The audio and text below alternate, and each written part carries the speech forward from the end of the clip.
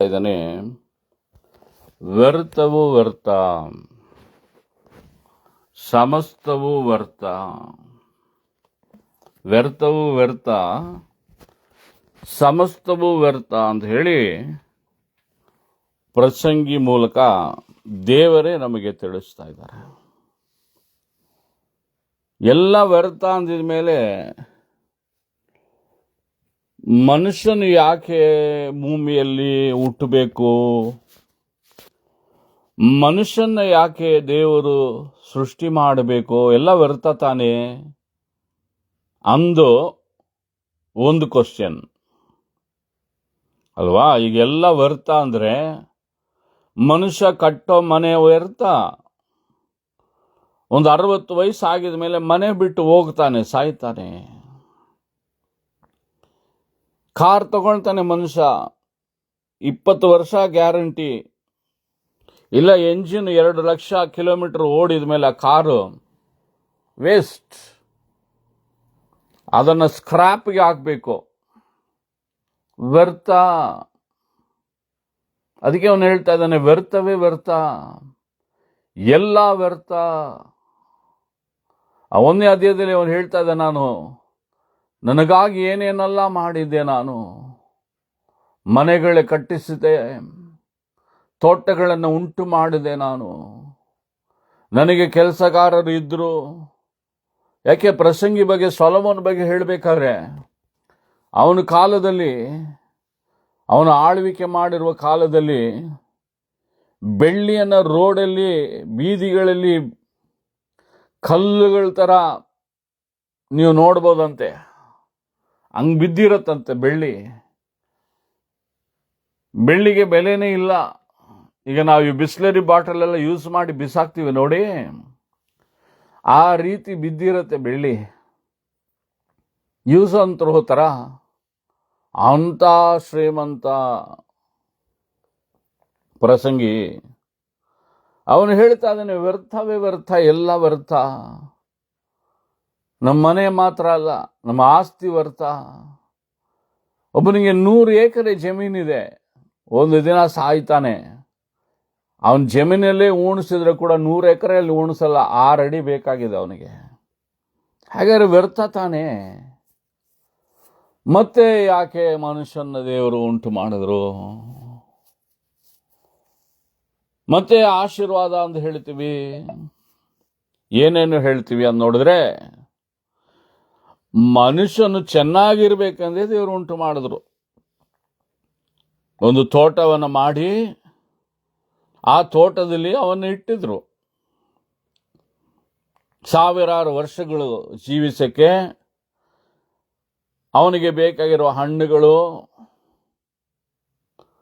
ಈ ಚಿಕ್ಕ ಮಕ್ಕಳಿಗೆ ಆಟ ಸಾಮಾನ ಕೊಡ್ತೀವಲ್ಲ ನಾವು, ಆ ಥರ ಪ್ರಾಣಿ ಪಕ್ಷಿಗಳು ತಿನ್ನಕ್ಕೂ ಉಣ್ಣಕ್ಕೂ ಬೇಕಾಗಿರೋ ಎಲ್ಲ. ಈಗ ನಾವು ಮನೆಯಲ್ಲಿ ಒಂದು ಪಪ್ಪಿ ಬೆಳೆಸ್ತಾ ಇದ್ದೀವಿ, ಅದ್ರ ಜೊತೆಗೆ ಆಟ ಆಡತ್ತೆ. ಈ ರೀತಿ ಸಿಂಹ, ಹುಲಿ ಎಲ್ಲವನ್ನು ಮಾಡಿದ್ರು ಅವನಿಗಾಗಿ. ಆದರೆ ಮನುಷ್ಯನು ಅದನ್ನು ಕಳ್ಕೊಂಡ. ಮರಣ ಎಂಬುದು ಎಂಟ್ರಿ ಕೊಟ್ಬಿಡ್ತು. ಈ ಮರಣ ಯಾವಾಗ ಎಂಟ್ರಿ ಆಯಿತೋ, ಗುಡ್ ಫ್ರೈಡೇ ಎಂಬ ಒಂದು ದಿನವನ್ನ ದೇವರು ತನ್ನ ಕ್ಯಾಲೆಂಡರಲ್ಲಿ ಮಾರ್ಕ್ ಮಾಡಿಬಿಟ್ರು. ನಾನೋಗಿ, ನನ್ನ ಮಗನು ಯೇಸು ಸ್ವಾಮಿ ಹೋಗಿ, ಅವರು ಕೂಡ ಮರಣ ಹೊಂದಬೇಕು, ಈ ವಂಶ ಎಲ್ಲ ಕೂಡ ಮರಣದೊಳಗಾಗ್ಬಿಡುತ್ತೆ ಅಂದು ದೇವರು ಒಂದು ಅವ್ರ ಕ್ಯಾಲೆಂಡರಲ್ಲಿ ಮಾರ್ಕಿಂಗ್ ಮಾಡಿಬಿಟ್ರು. ಇದನ್ನೆಲ್ಲ ನೋಡುವ ಸೊಲೊಮೋನೇ ಬರೀತಾ ಇದ್ದಾನೆ, ವ್ಯರ್ಥವೇ ವ್ಯರ್ಥ, ಸಮಸ್ತವೂ ವ್ಯರ್ಥ. ಮೊನ್ನೆ ನೀವು ಹೊರಗಡೆ ಬೀದಿಗಳಲ್ಲಿ ನೋಡಿರುವಾಗ ದೊಡ್ಡ ದೊಡ್ಡ ಬ್ಯಾನರ್ಗಳನ್ನು ಹಾಕಿರ್ತಾರೆ ಚಿಂತಾಮಣಿಯಲ್ಲಿ. 3 ದಿನ ಮುಂಚೆ ಒಬ್ಬರು ತೀರ್ಕೊಂಡ್ರು, ಒಂದು ಸಹೋದರಿ, ನನಗಿನ್ನ 3 ವಯಸ್ಸು ದೊಡ್ಡವರು.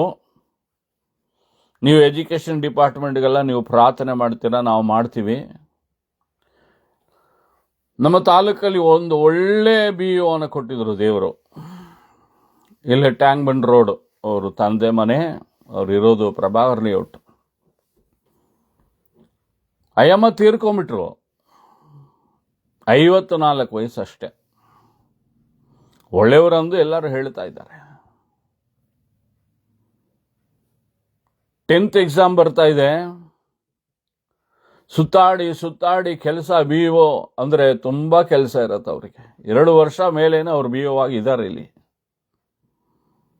ದಿಢೀರಂದು ಅವ್ರಿಗೆ ನಿಮೋನಿಯಾ ಅಟ್ಯಾಕು. ಆದ್ರೂ ಕೆಲಸ, ಆ ಸ್ಕೂಲ್ಗೆ ಹೋಗ್ಬೇಕು, ಇಲ್ಲಿಗೆ ಹೋಗ್ಬೇಕು, ಹಳ್ಳಿ ಹತ್ರ ಹೋಗ್ಬೇಕು, ನೋಡಬೇಕು, ಓಡಾಡಿ ನಿಮೋನಿಯಾ ಅಟ್ಯಾಕ್ ಆಗಿದೆ ಅವ್ರಿಗೆ.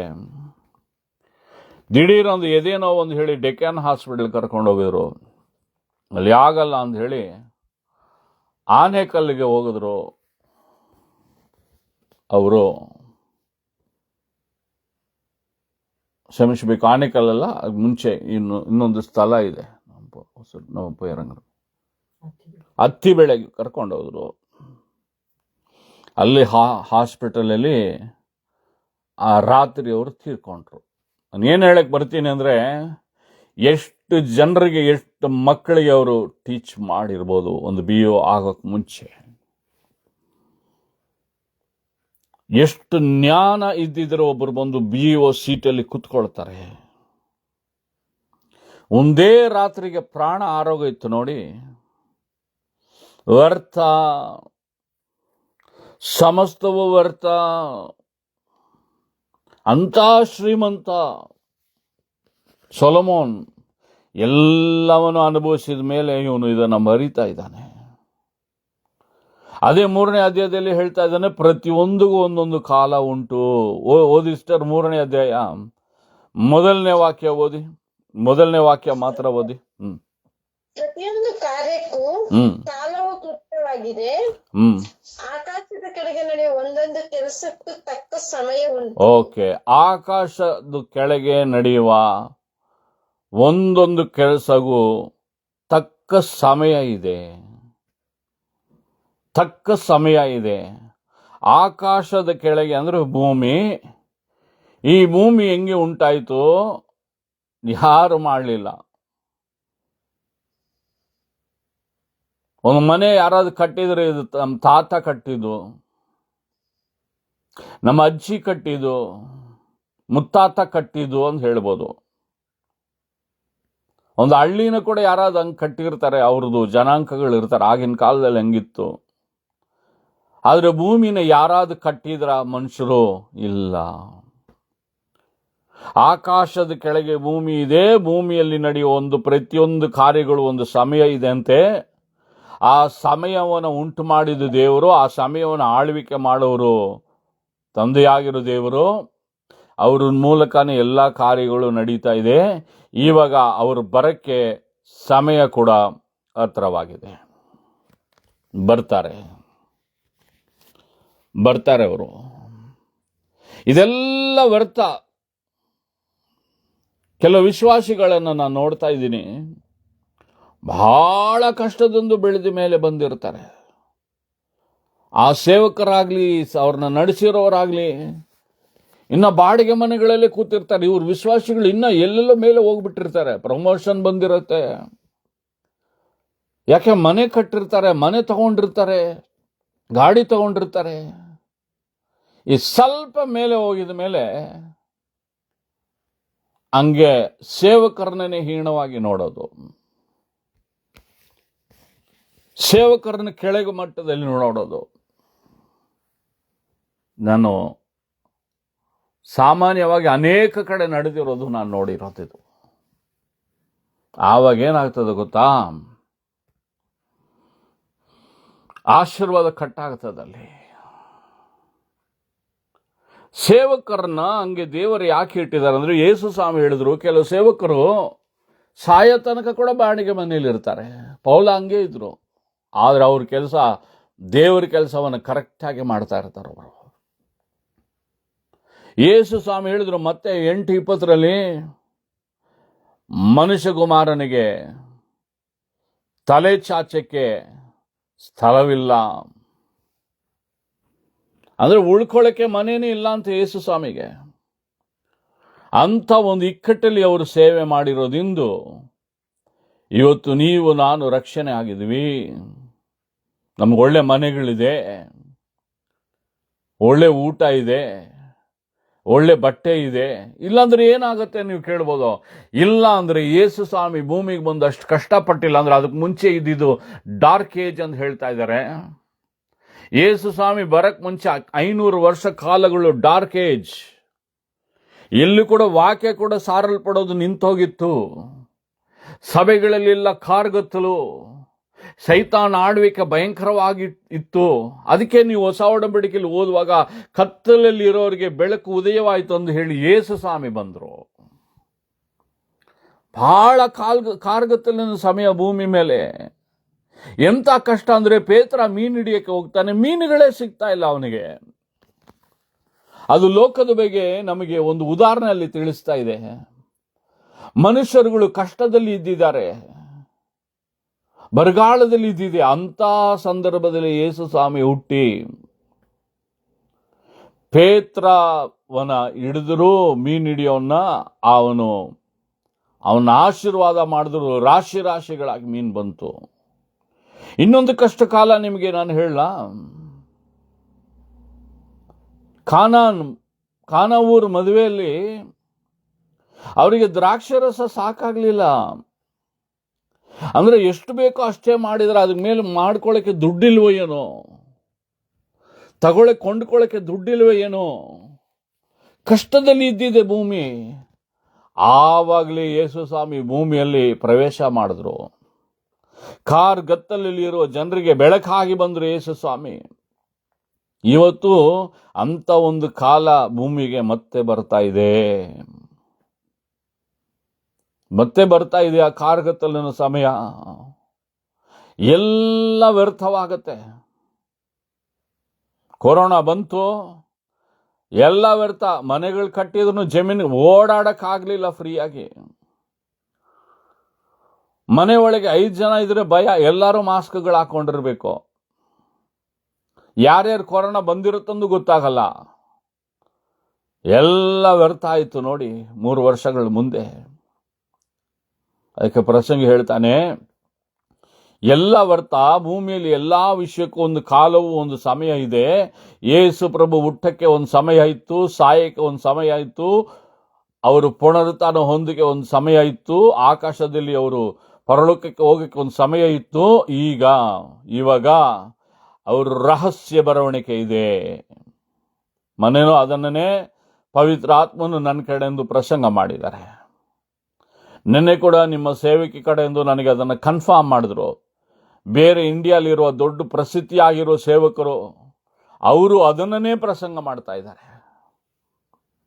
ಅದನ್ನೇ ಏನು ಪ್ರಸಂಗ ಪಾಯಿಂಟ್ಸ್ ನಾನು ಹೇಳಿದಿನೋ, ಬೆಳಗ್ಗೆ 4 ಗಂಟೆಗೆ ದೇವರು ಎಚ್ಚರಿಸಿ ಇದನ್ನು ಇವತ್ತು ಪ್ರಸಂಗ ಮಾಡು ಅಂದು ದೇವರು ಹೇಳಿದ್ರು. ಅದನ್ನೇ ಅದೇ ದಿನ ಬೇರೆ ಸೇವಕರು, ಭಾರತ ದೇಶವನ್ನ ಕದಲಿಸ್ತಾ ಇರುವ ಒಂದು ಸೇವಕರು ಅದನ್ನೇ ಪ್ರಸಂಗ ಮಾಡಿದ್ದಾರೆ. ಅಣ್ಣ, ಕನ್ಫರ್ಮೇಶನ್ ಹೆಂಗಿದೆ ನೋಡಿ. ಈ ಕನ್ಫರ್ಮೇಶನ್ ಹೆಂಗಿದೆ ಅಂದ್ರೆ ಇನ್ಫಾರ್ಮೇಶನ್ ಕೊಡೋರು ಹೋಲಿ ಸ್ಪಿರಿಟ್. ನಾವು ಮನುಷ್ಯರು. ಅದಕ್ಕೆ ಈ ಅಂತ್ಯ ಕಾಲಗಳಲ್ಲಿ ತಪ್ಪಾಗಿರೋ ಗೈಡೆನ್ಸ್ ಅಲ್ಲಿ ಹೋಗಿ ಬಿದ್ದೋಗಬಾರ್ದು. ಯಾರು ಬಿದ್ದೋಗಬಾರ್ದು. ಒಂದು ಸ್ತ್ರೀ 10 ವರ್ಷಗಳ ಮುಂದೆ ಜೀಸಸ್ ಲೋಸ್ ಮಿನಿಸ್ಟ್ರಿಗೆ ಬರುವ ಒಂದು ಸ್ತ್ರೀ ಮಿಸ್ಗೈಡ್ ಆಗಿದ್ರು.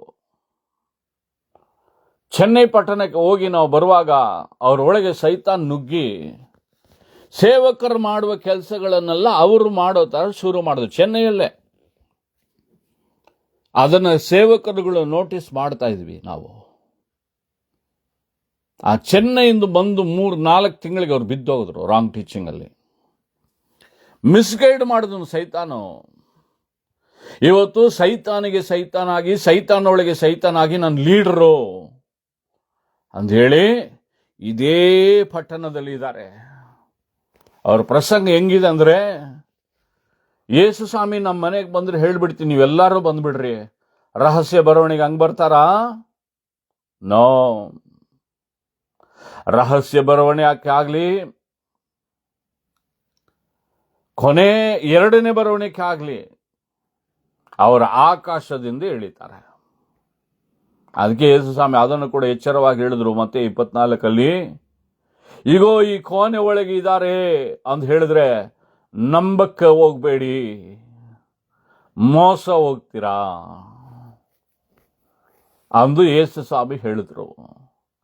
ಕೆಲವು ಗುಟ್ಟಗಳನ್ನ ಸೇವಕರಿಗೆ ಬಿಚ್ಚದಿರೆ, ಕೆಲವು ಗುಟ್ಟಗಳನ್ನ ದರ್ಶನದಲ್ಲಿ ತೋರಿಸದಿರೆ ಸೇವಕರಾಗಿರೋ ನಾವು ಪ್ರಸಂಗ ಮಾಡೋದಿಲ್ಲ, ಸಭೆಗೆ ಸಾರೋದು ಇಲ್ಲ, ಹೇಳೋದು ಇಲ್ಲ. ನಾವು ತಪ್ಪಾಗ್ಬಿಡತ್ತದು. ಅದಕ್ಕೆ ತಕ್ಕ ಸಮಯವೂ ತಕ್ಕ ಕಾಲವೂ ಇದೆ ಅಂತ ಎಲ್ಲದಕ್ಕೂ. ಈಗ ಸಮಯ ಬೆಳಗ್ಗೆ 6:05 ಇರ್ಬೋದು, ಅದ್ರ ಬಗ್ಗೆ ನಾನು ಹೇಳಿಲ್ಲ. ಈಗ ಸಮಯ ಏನಂದ್ರೆ ಯೇಸು ಸ್ವಾಮಿ ಬರವಣಿಗೆ ಬಹಳ ಹತ್ರ ಇದೆ. ಮೊನ್ನೆ ಕೂಡ ನಿಮ್ಗೆ ಹೇಳಿದ್ದೀನಿ, ರಹಸ್ಯ ಬರವಣಿಗೆಯಲ್ಲಿ ನಾವು ಒಯ್ಯಲ್ಪಡಬೇಕು ದೇವರ ಹತ್ರ. ನೀವು ಕೇಳ್ಬೋದು, ಅದರಲ್ಲಿ ಮೋಸ ಹೋಗಿದ್ರೆ ನಾವು ಏನು ಮಾಡ್ಬೋದು? ರಹಸ್ಯ ಬರವಣಿಗೆಯಲ್ಲಿ ಕೈ ಬಿಡಲ್ಪಟ್ರೆ ಏನಾಗ್ಬೋದು? ರಹಸ್ಯ ಬರವಣಿಗೆಯಲ್ಲಿ ಯಾರು ಕೈ ಬಿಡಲ್ಪಡ್ತಾರೆ ನಿಮ್ಗೆ ಗೊತ್ತಾ? ಯಾರು ಕೈ ಬಿಡಲ್ಪಡ್ತಾರೆ ಗೊತ್ತಾ? ಯೇಸು ಸ್ವಾಮಿನನ್ನು ಅಂಗೀಕಾರ ಮಾಡಿರ್ತಾರೆ, ಅಷ್ಟು ತಿಳುವಳಿಕೆ ಇಲ್ದಿರೋರಾಗಿರ್ತಾರೆ ಇವರು. ಅವ್ರಿಗೆ ಒಂದು ಚಾನ್ಸ್ ಕೊಡ್ತಾರೆ ಇವರು. ಏನು ಗೊತ್ತಾ? ಕ್ರೈಸ್ತ ವಿರೋಧಿ 7 ವರ್ಷಗಳು ಆಳ್ವಿಕೆ ಮಾಡ್ತಾನೆ, ಅದರಲ್ಲಿ ಅವ್ರನ್ನ ಟೆಸ್ಟ್ ಮಾಡ್ತಾರೆ ದೇವರು. ಇಂಥ ಹಿಂಸೆಯಲ್ಲಿ ಆದರೂ ನರಕಕ್ಕೆ ಹೋಗಕ್ಕೆ ಮುಂಚೆ ಒಂದು ಚಾನ್ಸ್ ಕೊಡ್ತೀನಿ, ನನ್ನನ್ನು ಹಿಂಬಾಲಿಸ್ತೀರಾ ಅಂತ ಹೇಳಿ ಅವರಿಗೆ ಚಾನ್ಸ್ ಕೊಡ್ತಾರೆ ದೇವರು. ಬಹಳ ಕಷ್ಟ ಕಾಲ ಅದು. 3.5 ವರ್ಷ ಉಪದ್ರವ ಕಾಲ,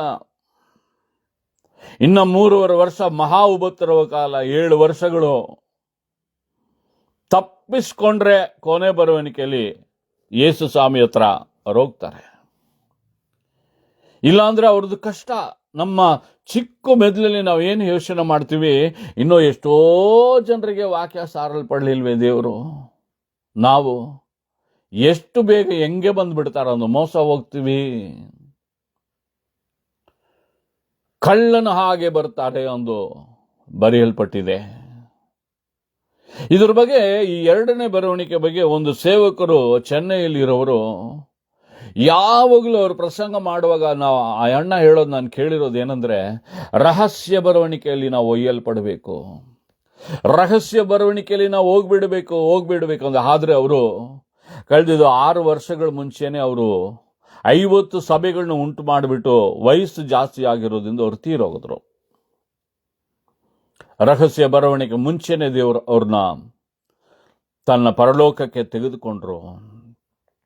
ಚಾಲೆಂಜ್ ಇದೆ ಮಕ್ಕಳೇ, ಚಾಲೆಂಜ್ ಇದೆ.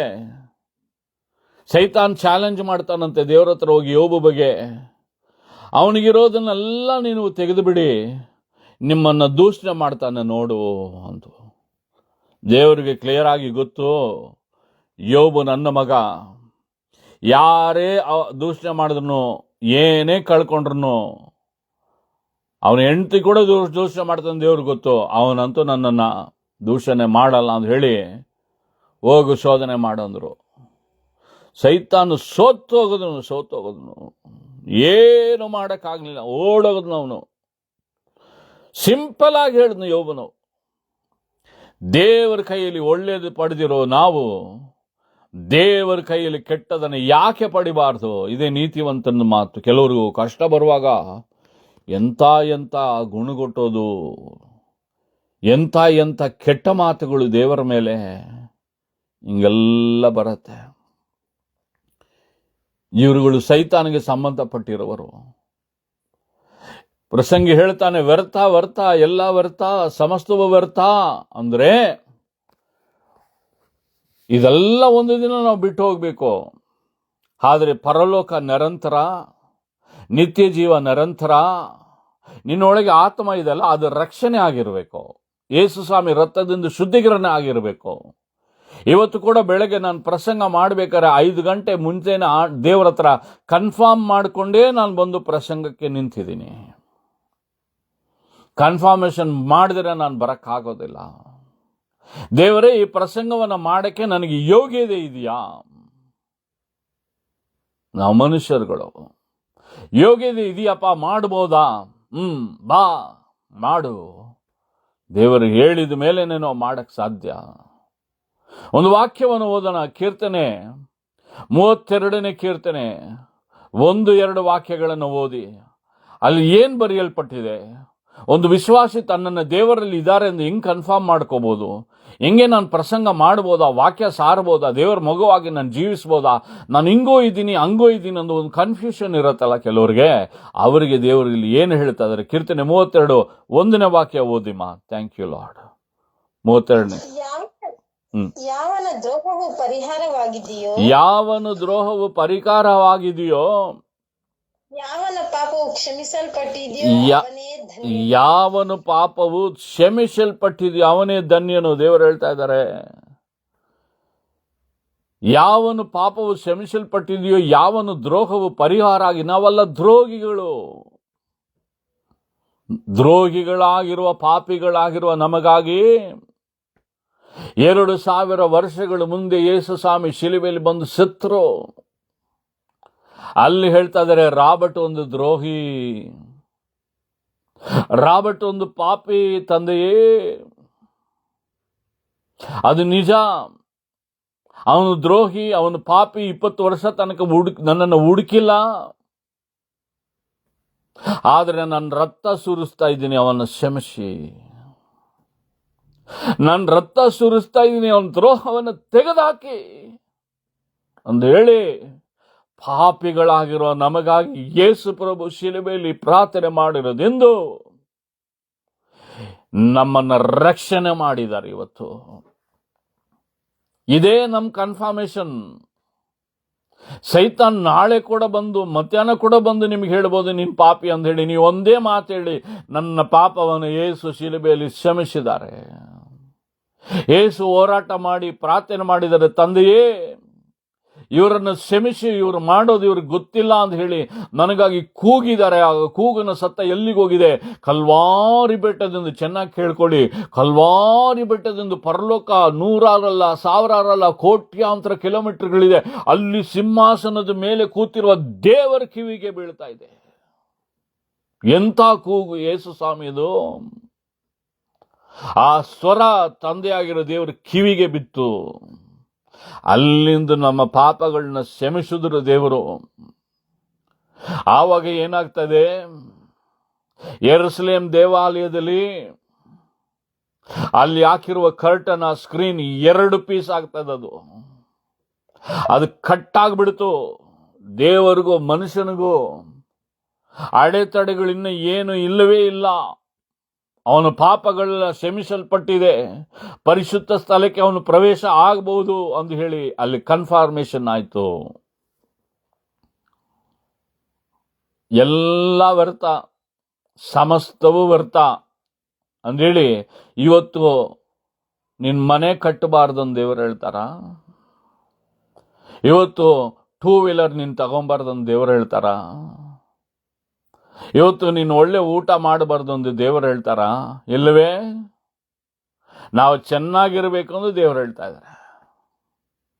ನಿನ್ನ ಆತ್ಮ ಯಾವ ರೀತಿ ಬಾಳ್ತಾ ಇದೆಯೋ ಎಲ್ಲಾದಲ್ಲಿ ನೀನು ಬದುಕಬೇಕು ಅಂತ ದೇವರು ಇಷ್ಟಪಡ್ತಾರೆ. ವಾಕ್ಯ ಹಂಗೆ ಇದೆ. ಎಲ್ಲ ವ್ಯರ್ಥನೇ. ಆದ್ರೆ ಈ ವ್ಯರ್ಥವಾಗಿರೋ ಕಾರ್ಯಗಳನ್ನ ಮನಸ್ಸಲ್ಲಿ ಇಟ್ಕೊಂಡು ಇದೆಲ್ಲ ಒಂದಿನ ವ್ಯರ್ಥ. ದೇವರನ್ನ ಫಸ್ಟ್ ಪ್ಲೇಸ್ ಅಲ್ಲಿ ಇರಬೇಕು. ಆ ದೇವರು ಸಭೆ ಒಳಗಿದ್ದಾರೆ. ಸಭೆಗೆ ನಾನು ಪಾಲುಗಾರನಾಗಿರಬೇಕು. ಆ ಸಭೆನ ನಾನು ಕಟ್ಟವನಾಗಿರಬೇಕು. ಆ ಸಭೆಯಲ್ಲಿ ಯಾವುದೋ ಒಂದು ರೀತಿಯಲ್ಲಿ ನಾನು ಸೇವೆ ಮಾಡವನಾಗಿರಬೇಕು. ಆ ಒಂದು ಕನ್ಫರ್ಮೇಶನ್ಗೆ ನಾವು ಬರಬೇಕು. ಆ ಒಂದು ಡಿಸಿಷನ್ಗೆ ನಾವು ಬರಬೇಕು. ಆವಾಗ ದೇವರು ಹೇಳ್ತಾರೆ, ನೀವು ಧನ್ಯರು ಅಂತ ಹೇಳಿ. ಎಲ್ಲ ಕಾಲಕ್ಕೂ ಒಂದು ಸಮಯ ಇದೆ ಅಂತೆ. ನಿಮ್ಮ ಪ್ರಾರ್ಥನೆಗೆ ಉತ್ತರ ಬರೋಕ್ಕೂ ಒಂದು ಸಮಯ ಇದೆ. ನಿಮಗೆ ಅದ್ಭುತ ನಡೆಯೋಕ್ಕೂ ಒಂದು ಸಮಯ ಇದೆ. ನಾವು ಸೇವೆನೇ ಮಾಡಬೇಕಾದ್ರೆ ಅದಕ್ಕೊಂದು ಸಮಯ ಇದೆ. ನಮ್ಮ ಕೆಲಸ ಸಿಗ್ಬೇಕಾದ್ರೆ ಅದು ಒಂದು ಸಮಯ ಇದೆ. ಎಲ್ಲ ವ್ಯರ್ಥ ಅಂದು ಹೇಳ್ತಾನೆ, ಎಲ್ಲದಕ್ಕೊಂದು ಸಮಯ ಇದೆ ಅಂತ ಹೇಳ್ತಾನೆ. ಇನ್ನೊಂದು ಕಡೆ ಹೇಳ್ತಾ ಇದ್ದಾನೆ, ದೇವರು ಎಲ್ಲವನ್ನು ತಕ್ಕ ಸಮಯದಲ್ಲೇ ಮಾಡ್ತಾನೆ. ಕೆಟ್ಟದ್ದು ನಡೆದಿದೆ, ರೋಮ 8:28 ಹೇಳ್ತಾ ಇದೆ, ಎಲ್ಲ ಒಳ್ಳೇದಿಗಾಗಿ ನಡೆದಿದೆ ಎಂದು ದೇವರು ಹೇಳ್ತಾ ಇದ್ದಾರೆ. ದೇವರ ಚಿತ್ತ ಇಲ್ದಿರೆ ಯಾವ ಕೆಟ್ಟದು ನಮ್ಮ ಜೀವನದಲ್ಲಿ ನಡೆಯಲ್ಲ, ಯಾವ ಒಳ್ಳೇದು ನಮ್ಮ ಜೀವನದಲ್ಲಿ ನಡೆಯಲ್ಲ. ಎಲ್ಲವನ್ನು ದೇವರು ನೋಡ್ಕೊಳ್ಳೋರಾಗಿದ್ದಾರೆ. ಇವತ್ತು ಸೇವಕರು ರಕ್ತ ಸುರಿಸ್ತಾ ಇದ್ದಾರೆ, ಮಿಷನರಿಗಳು ರಕ್ತ ಸುರಿಸ್ತಾ ಇದ್ದಾರೆ, ಅಪೊಸ್ತಲರುಗಳು ದೇವರಿಗಾಗಿ ಸಾಯ್ತಾ ಇದ್ದಾರೆ. ಬಹಳ ಕ್ರೂರವಾಗಿ ಕೊಂದರು ಪ್ರವೀಣ್ ಪಗಡಾಲ ಎಂಬ ಅಪೊಸ್ತಲನ್ನ. ಇಷ್ಟು ಕಷ್ಟ. ಆದರೆ ಇವತ್ತು ಒಂದು ವಿಶ್ವಾಸಿಗೆ ಒಂದು ಸಭೆಯಲ್ಲಿ ಏನಿಲ್ಲಪ್ಪ, ಆ ಲೋಟವನ್ನು ತೆಗೆದು ಅಲ್ಲಿ ಇಡೋ ಅಂತಾರೆ ಸೇವಕರು. ಏನಿಲ್ಲಪ್ಪ, ಆ ಒಂದು ಚಾಪೆಯನ್ನು ಮಡಚಿ ಅಲ್ಲಿ ಇಡೋದು, ಅದು ಆ ವಿಶ್ವಾಸಿಗೆ ಗೌರವ. ಅದು ಮಾಡಕ್ಕೆ ನೋವು, ಅದು ಮಾಡಕ್ಕೆ ಕಷ್ಟ. ಆದರೆ ಅದನ್ನು ಒಂದು ಸೇವೆಯಾಗಿ ಅವರು ನೋಡೋದಿಲ್ಲ. ವಾರ ಪೂರ್ತಿ, ವರ್ಷ ಪೂರ್ತಿ ಜೀವನನೇ ಸಭೆಗಾಗಿ, ಸೇವೆಗಾಗಿ ಒಪ್ಪಿಸ್ಬಿಟ್ಟಿರ್ತಾನೆ ಸೇವಕನು. ಪಾಸ್ಟರ್ ಏನು ಹೇಳಿದ್ರು, ಒಂದು ಜೆರಾಕ್ಸ್ ಮಾಡ್ಕೊಂಬಾಪ ಅಂತ ಹೇಳಿರ್ತಾರೆ ಅಷ್ಟೇ. ಅದನ್ನು ಸರಿಯಾಗಿ ಮಾಡಲ್ಲ. ಕಾರಣ ಏನು? ದೇವರದು ಪ್ಲಾನ್ ಅನ್ನು ನಾಶಪಡಿಸಬೇಕು. ಚಿಕ್ಕ ಚಿಕ್ಕ ವಿಷಯದಲ್ಲಿ ಸೇವಕರು ಅದನ್ನು ಗಮನಿಸಿ ನೋಡ್ತಾರೆ. ಹಾಗಾದ್ರೆ ಸೇವಕರು ವರ್ಷ ಪೂರ್ತಿ ವಿಶ್ವಾಸಿಗಳಾಗಿ, ನೀವು ಭಾನುವಾರ ಮಾತ್ರ ನೀವು ನೋಡ್ತಾ ಇದ್ದೀರಾ, ವರ್ಷ ಪೂರ್ತಿ ಶುಕ್ರವಾರ ನೋಡ್ತಾ ಇದ್ದೀರಾ, ಶನಿವಾರ ವರ್ಷ ಪೂರ್ತಿ ನಿಂತಿರ್ತಾರಲ್ಲ ಎಲ್ಲವನ್ನು ತ್ಯಾಗ ಮಾಡಿ, ಅವ್ರು ಏನು ಮಾಡಬೇಕು? ಈ ಸೇವಕರುಗಳಿಗೆ ಈ ಒಂದು ಜೆರಾಕ್ಸ್ ಮಾಡ್ಕೊಂಬರಕ್ಕಾಗಲ್ಲ. ಒಂದು ಯಾವುದೋ ಒಂದು ವಿಷಯಕ್ಕೆ ಅವ್ರಿಗೆ ಅಡ್ಡಿ ಇದೆ, ಅವ್ರಿಗೆ ಸಹಾಯ ಮಾಡೋಕ್ಕಾಗಲ್ಲ ಅಂತ ಕೆಲವ್ರು ಹೇಳ್ತಾರೆ. ನೋಡಿ, ಇವರುಗಳು ಕೂಡ ಪರಲೋಕ ರಾಜ್ಯದಲ್ಲಿ ಹೆಜ್ಜೆ ಇಡೋದು ಬಹಳ ಕಷ್ಟ ಇದೆ. ನೀವು ಕೇಳ್ಬೋದು, ಚಿಕ್ಕ ವಿಷಯ ತಾನೇ, ಯಾಕೆ ಹಿಂಗೆ ಹೇಳ್ತಾ ಇದ್ದೀರಾ ನೀವು? ಅದು ಚಿಕ್ಕ ವಿಷಯನೇ. ಸೇವಕರ ಕಣ್ಣಲ್ಲಿ, ದೇವರ ಕಣ್ಣಲ್ಲಿ ಅದು ದೊಡ್ಡ ವಿಷಯವಾಗಿದೆ. ಏನು ದೊಡ್ಡ ವಿಷಯ? ಅಲ್ಲಿ ವಿಧೇಯತೆ ಇಲ್ಲ. ವಿಧೇಯತೆ ಇಲ್ದಿರೋರು ಯಾರು ಕೂಡ ಸಭೆಯೊಳಗೆ ನೆಲೆಯಾಗಿ ನಿಲ್ಲಲ್ಲ, ಪರಲೋಕದಲ್ಲಿ ಪ್ರವೇಶ ಮಾಡಲ್ಲ. ಅದಕ್ಕೆ ಇವತ್ತು ವಿಶ್ವಾಸಿಗಳಾಗಿರುವ ನಾವು ಎಚ್ಚರವಾಗಿರಬೇಕು. ಒಂದೇ ಒಂದು ವಿಷಯವನ್ನು ಹೇಳಿ ಪ್ರಾರ್ಥನೆ ಮಾಡ್ತೀನಿ. ಯೋಹಾನ 10ನೇ ಅಧ್ಯಾಯ 1ನೇ ವಾಕ್ಯ ಓದಿ ಸಿಸ್ಟರ್. ಯೋಹಾನ 10ನೇ ಅಧ್ಯಾಯ 1ನೇ ವಾಕ್ಯ ಏನು ಹೇಳ್ತಾ ಇದೆ? ಆ ವಾಕ್ಯದ ಮೂಲಕ ನಮಗೆ ಕನ್ಫರ್ಮ್ ಮಾಡ್ತಾರೆ ದೇವರು. ಕುರಿಗಳ ಹತ್ರ ಒಂದು ಕುರುಬನು ಹೇಗಿರ್ತಾನೆ, ಕಳ್ಳನು ಹೇಗಿರ್ತಾನೆ ಅಂದು ಬರೆಯಲ್ಪಟ್ಟಿದೆ. ಯೋಹಾನ 10ನೇ ಅಧ್ಯಾಯ 1ನೇ ವಾಕ್ಯ. Thank you wonderful holy spirit. ಅದನ್ನು ಓದಿ. Thank you Jesus. ಯೋಹಾನ 10:1 ಕೇಳ್ತಾ ಇದೆಯಾ? 10:1. ನಿಮಗೆ ನಿಜ ನಿಜವಾಗಿ ಹೇಳ್ತೀನಿ, ಕುರಿ ಹಟ್ಟಿಯೊಳಗೆ ಬಾಗಲಿಂದು ಬಾರದೆ ಹತ್ತಿ ಬರುವನು, ಕಳ್ಳನು ಸುಳುಕೊಳ್ಳುವವನು ಆಗಿದ್ದ. ಅವನು ಕಳ್ಳನು ಸುಳುಕೊಳ್ಳುವನಾಗಿದ್ದಾನೆ. ಹಂಗೇ ರೀ, ಕುರಿದು ಶೆಡ್ ಇದೆಲ್ಲ, ಅದು ಬಾಗಲನ್ನ ಓಪನ್ ಮಾಡಿ ಡೈಲಿ ಕುರುಬನ ಒಳಗೆ ಹೋಗಿ ಕುರಿಗಳನ್ನ ಕರ್ಕೊಂಡು ಹೋಗ್ತಾನೆ ಮೇಯ್ಸಕ್ಕೆ, ಮತ್ತೆ ಸಾಯಂಕಾಲ ಬಂದು ಬಿಡ್ತಾನೆ. ಇವನು ಕುರುಬನು, ಇವನಿಗೆ ರೈಟ್ಸ್ ಇದೆ, ಇವನ ಹತ್ರ ಬೀಗ ಇದೆ, ಇವನ ಹತ್ರ ಎಲ್ಲ ಬೇಕಾದ್ರೆ ಕುರಿಗಳ ಹತ್ರನೇ ರಾತ್ರಿ ಕಾಯ್ತಾ ಇರ್ತಾನೆ, ಅಲ್ಲಿ ನಿದ್ದೆ ಮಾಡ್ತಾ ಇರ್ತಾನೆ. ಆದ್ರೆ ಯಾವನೋ ಒಬ್ಬನು ಹಿಂದ್ಗಡೆಯಿಂದ ಬರ್ತಾನೆ, ಅವನು ಕಳ್ಳನು. ಅವನ ಮೊಬೈಲ್ಗಳನ್ನ ಸ್ವಿಚ್ ಆಫ್ ಮಾಡಿಸ್ಬಿಡ್ತಾನೆ ನಿಮ್ಮನ್ನೆಲ್ಲ ಕರ್ಕೊಂಡೋಗಿ. ಹುಷಾರು. ಪ್ರೇಯರಲ್ಲಿ ರೆಗ್ಯುಲರ್ ಆಗಿರೋರೆಲ್ಲ ದಿಢೀರಂದು ಕಾಣ್ದಿರ ಆಗ್ತಾರ ಸಭೆಗೆ. ಏನು ಗೈಡೆನ್ಸ್ ಇದು? ಎಲ್ಲ ಮೊಬೈಲ್ಗಳು ಸ್ವಿಚ್ ಆಫ್ ಆಗ್ಬಿಡ್ತದೆ. ಕುರುಬನಲ್ಲ ಅದು, ಕುರಿ ವೇಷ ಹಾಕೊಂಡಿರೋ ಕಳ್ಳ. ಅರ್ಥ ಮಾಡ್ಕೊಳ್ಳಿ. ಯಾಕಂದ್ರೆ ವಾಕ್ಯ ಏನ್ ಹೇಳ್ತದೆ, ಕಳ್ಳನು ಬರುವಾಗ ಮನೆಯಲ್ಲಿ ಬೆಲೆ ಉಳ್ಳ ವಸ್ತುವನ್ನೇ ಕದ್ಕೊಳ್ತಾನಂತೆ. ಆತ್ಮಗಳನ್ನೇ ಕದಿಯಕ್ಕೆ ಬರೋದು. ನಾವು ಎಚ್ಚರವಾಗಿ ಬಿಡಬೇಕು. ನಾವು ಒಳ್ಳೆ ಕುರುಬನಾಗಿರೋನು, ಒಳ್ಳೆ ರೀತಿಯಲ್ಲಿ ಪವಿತ್ರ ಆತ್ಮನಲ್ಲಿ ನಡೆಸಲ್ಪಡುವ ಒಂದು ಸೇವಕನು ಸಭೆಯ ಒಳಗೆ ಏನೇನು ನಡೀತಾ ಇದೆ, ಒಂದು ಕುರಿ 100 ಕಿಲೋಮೀಟರ್ ದೂರದಲ್ಲಿರಲಿ, ಅದು ಎಂಥ ಪರಿಸ್ಥಿತಿಯಲ್ಲಿ ಇರ್ತಾನಂತ ಹೇಳಿ ಅವನು ಕಂಡಿಡಿತಾನೆ. ಅವನಿಗೆ ಕಂಡಿಡಿಯಕ್ಕೆ ಜ್ಞಾನ ಕೊಡೋದು ದೇವರಾತ್ಮರು.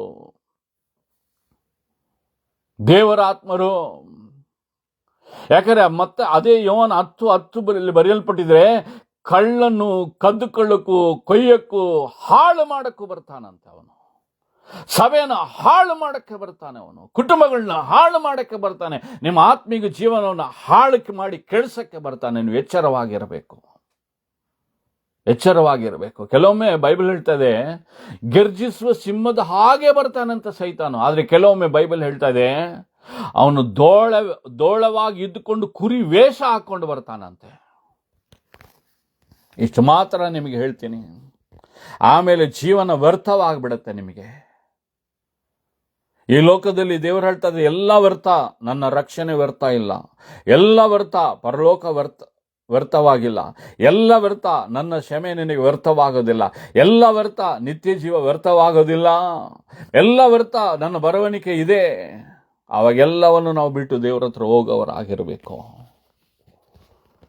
ಆನ್ಲೈನಲ್ಲಿ ಕೆಲವ್ರು ಕೇಳ್ತೀರಾ, ನೀವು ಯಾವ ಸಭೆಗಾಗಿ ಹೋಗೋರಾಗಿರ್ಬೋದು, ನೀವು ಯಾವ ಊರಲ್ಲಿ ಇರೋರಾಗಿರ್ಬೋದು, ನಿಮ್ಮ ಸೇವಕರು ಏನು ಹೇಳ್ತಾರೋ ಅದನ್ನು ಕೇಳಿ ನಡೀರಿ. ಕಳೆದ ವಾರಗಳಲ್ಲಿ ನನ್ಗೆ ಗೊತ್ತಾಯ್ತು, ಒಂದು ಪಾಸ್ಟರ್, ಅವ್ರ ಹೆಸರು ರಾಬರ್ಟೆ, ಒಂದು ಒಳ್ಳೆ ಉದ್ಯೋಗಕ್ಕೆ ಒಂದು ಸಹೋದರಿ ಹೋಗ್ತಾರೆ, ಸಭೆಗೂ ಬರ್ತಾರೆ. ಆದರೆ ಸಭೆ ಮುಗಿದ ಮೇಲೆ ಎಲ್ಲಾ ವಿಶ್ವಾಸಿಗಳನ್ನು ಬೈಯೋದು, ಎಲ್ಲಾ ವಿಶ್ವಾಸಿಗಳಿಗೂ ತೊಂದರೆ. ಹೆಡ್ ರೈಟ್, ನನ್ನ ಕೆಲಸ ಇದೆ ಅಂದು ಪಾಸ್ಟ್ರೇ ಒಂದು ಹೇಳಿದ್ರೆ ಇವರೇ ಒಂದು ಮಾಡೋದು. ಅಲ್ಲಿಗೆ ಸೈತಾನು ಒಳಗೆ ಹೋಗಿ ಕಾರ್ಯ ಮಾಡ್ತಾ ಇದ್ದಾನೆ ಅಂತ ಹೇಳಿ ನನ್ನ ಧರ್ಮಪತ್ನಿಗೆ ನಾನು ಹೇಳಿದೆ, ಇದನ್ನು ಅವ್ರು ಶೇರ್ ಮಾಡ್ಬೇಕ.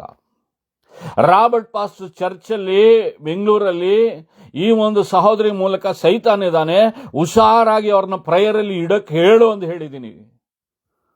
ಅವ್ರ ತಂಗಿಗೆ ಹೇಳು ಅಂತ ಹೇಳಿದ್ದೀನಿ.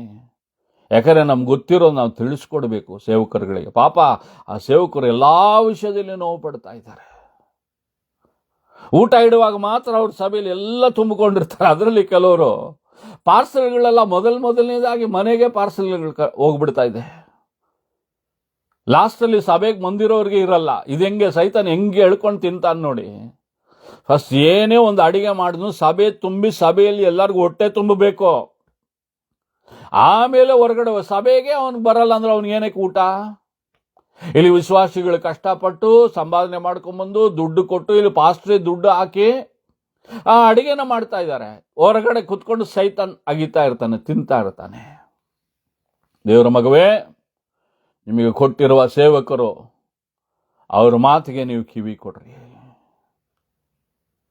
ಒಂದು ವಿಶ್ವಾಸನ ಹೆಂಗೆ ಕಂಡು ಹಿಡಿತಾರೆ ಗೊತ್ತಾ ಒಂದು ಸೇವಕರು? ಸಿಂಪಲ್ ಆಗಿ ಹೇಳಿ ಮುಗಿಸ್ತೀನಿ. ಸ್ತ್ರೀಯರಾಗಿರ್ಬೋದು, ಅವ್ರು ಹೆಂಗ್ ಕಂಡು ಹಿಡಿತಾರೆ ಗೊತ್ತಾ ಒಳ್ಳೆ ವಿಶ್ವಾಸಿ ಅಂತ ಹೇಳಿ? ಸಭೆಗೆ ಬಂದ್ರೆ ಅವ್ರ ತಲೆಗೆ ಬಟ್ಟೆ ಹಾಕೊಂಡು ಆರಾಧನೆ ಮಾಡ್ತಾರೆ. ಒಂದು ಒಳ್ಳೆ ಸೇವಕಿ ತಲೆ ಮೇಲೆ ಬಟ್ಟೆನ ಹಾಕ್ಬಿಟ್ಟು ಪ್ರಸಂಗ ಮಾಡ್ತಾ ಇರ್ತಾಳೆ. ಇದು ಬೈಬಲ್ದು ನಿಯಮ. ಇದು ಒಂದು ಕೆಟ್ಟ ಸಹೋದರಿ ಹೆಂಗಂದ್ರೆ ಅವಳ ಆರಾಧನೆಯಲ್ಲಿ ತಲೆ ಮೇಲೆ ಬಟ್ಟೆನೇ ಹಾಕಿರಲ್ಲ. ಅರ್ಥ ಏನು? ತಾಳ್ಮೆ ಇಲ್ಲ ಅಂದ್ರೆ ಅರ್ಥ. ಗಂಡಸರನ್ನ ಸೇವಕರು ಹೆಂಗ್ ಕಂಡು ಹಿಡ್ತಾರೆ ಗೊತ್ತಾ? Simple method. ಹೇರ್ ಕಟ್ಟಿಂಗ್ ಸರಿ ಇರಲ್ಲ, ಬೆರಳಲ್ಲಿ ಉಗುರುಗಳು ಕಟ್ ಮಾಡಿರಲ್ಲ. ಸ್ತ್ರೀಯರಲ್ಲಿ, ಗಂಡಸರಲ್ಲಿ ಹೇರ್ ಕಟ್ಟಿಂಗ್ ಹೆಂಗೋ ಇರುತ್ತೆ. ಇಂಡಿಯಾ ಅಂತ ಅಮೆರಿಕಾನ್ ನೋಡ್ಕೊಂಡಿರುತ್ತೆ, ಜಪಾನ್ ನೋಡ್ಕೊಂಡಿರುತ್ತೆ ಡೈರೆಕ್ಷನ್. ಇದು ಒಂದರಲ್ಲಿ ಸಿಂಪಲ್ ಮೆಥಡ್ ಅಲ್ಲಿ ಕಂಡು ಹಿಡಿತಾರೆ ಸೇವಕರುಗಳು. ಇವರು ಒಳ್ಳೆ ವಿಶ್ವಾಸಿನ, ಇವರು ಕೆಟ್ಟ ವಿಶ್ವಾಸಿನ, ಇವರು ದೋಳೆಗಳ, ಇವರು ಕುರಿಗಳ ಅಂತ ಹೇಳಿ. ಅದರಿಂದ ಎಲ್ಲ ವ್ಯರ್ಥವಾಗಿರೋದಿಂದು ನಿತ್ಯವಾಗಿರೋ ಯೇಸುವನ್ನು ನೋಡಿ ನಾವು ಪ್ರಾರ್ಥನೆ ಮಾಡೋರಾಗಿರೋಣ. ಕಣ್ಣುಗಳನ್ನು ಮುಚ್ಚಿ ನಮ್ಮನ್ನು ಒಪ್ಪಿಸಿಕೊಳ್ಳೋಣ. ಪ್ರೀತಿಯುಳ್ಳ ನಮ್ಮ ತಂದೆಯೇ, ಯೇಸು ರಾಜವನ ನಾಮದಲ್ಲಿ ಅಪ್ಪ, ನಿಮ್ಮನ್ನು ನೋಡಿ ನಾವು ಪ್ರಾರ್ಥಿಸೋರಾಗಿದ್ದೀವಿ. ವ್ಯರ್ಥ ವ್ಯರ್ಥ ಎಲ್ಲ ವ್ಯರ್ಥ, ಸಮಸ್ತವೂ ವ್ಯರ್ಥ ಎಂದು ಬರೆಯಲ್ಪಟ್ಟಿದೆ. ನೀವೊಬ್ಬರೇ ಶಾಶ್ವತವಾಗಿರೋರೆಂದು ನಾವು ನಂಬುತ್ತಾ ಇದ್ದೀವಿ. ನಿಮ್ಮ ಆಶೀರ್ವಾದವನ್ನೇ ಶಾಶ್ವತವಾಗಿರೋದೊಂದು ನಾವು ನಂಬುತ್ತಾ ಇದ್ದೀವಿ. ನಿಮ್ಮ ಆಶೀರ್ವಾದ ಬಂದ್ಬಿಟ್ರೆ ವ್ಯರ್ಥವಾಗಿರುವ ಕಾರ್ಯಗಳು ಕೂಡ ನಮಗೆ ಆಶೀರ್ವಾದವಾಗಿದ್ದು ನಿಮ್ಮ ಬರವಣಿಗೆಯಲ್ಲಿ ನಾವು ಒಯ್ಯಲ್ಪಡ್ತೀವಿ. ಈ ವಾಕ್ಯವನ್ನು ಕೇಳಿರುವ ಪ್ರತಿಯೊಬ್ಬರನ್ನು ಅವ್ರ ಕುಟುಂಬವನ್ನು ಆಶೀರ್ವಾದ ಮಾಡಿ. ರೋಗ ಬಾಧೆಗಳು, ಸೈತಾನ್ ಕಾರ್ಯಗಳನ್ನು ಯಾರೆಲ್ಲ ಸಿಕ್ಕಾಕೊಂಡು ಕಷ್ಟಪಡ್ತಾರೋ ಬಿಡಿಸಿ, ಬಲಪಡಿಸಿ, ಯೇಸುವಿನ ನಾಮದಲ್ಲಿ ತಂದೆಯೇ, ಆಮೇನ್. ಈ ಲೈವನ್ನು ಕೇಳ್ತಾ ಇರೋರು ದಯಮಾಡಿ ಆಗಿದಷ್ಟು ನಿಮ್ಮ ಫ್ರೆಂಡ್ಸಿಗೆ ಶೇರ್ ಮಾಡಿ. ದೇವರು ನಿಮ್ಮನ್ನು ಆಶೀರ್ವಾದ ಮಾಡ್ತಾರೆ.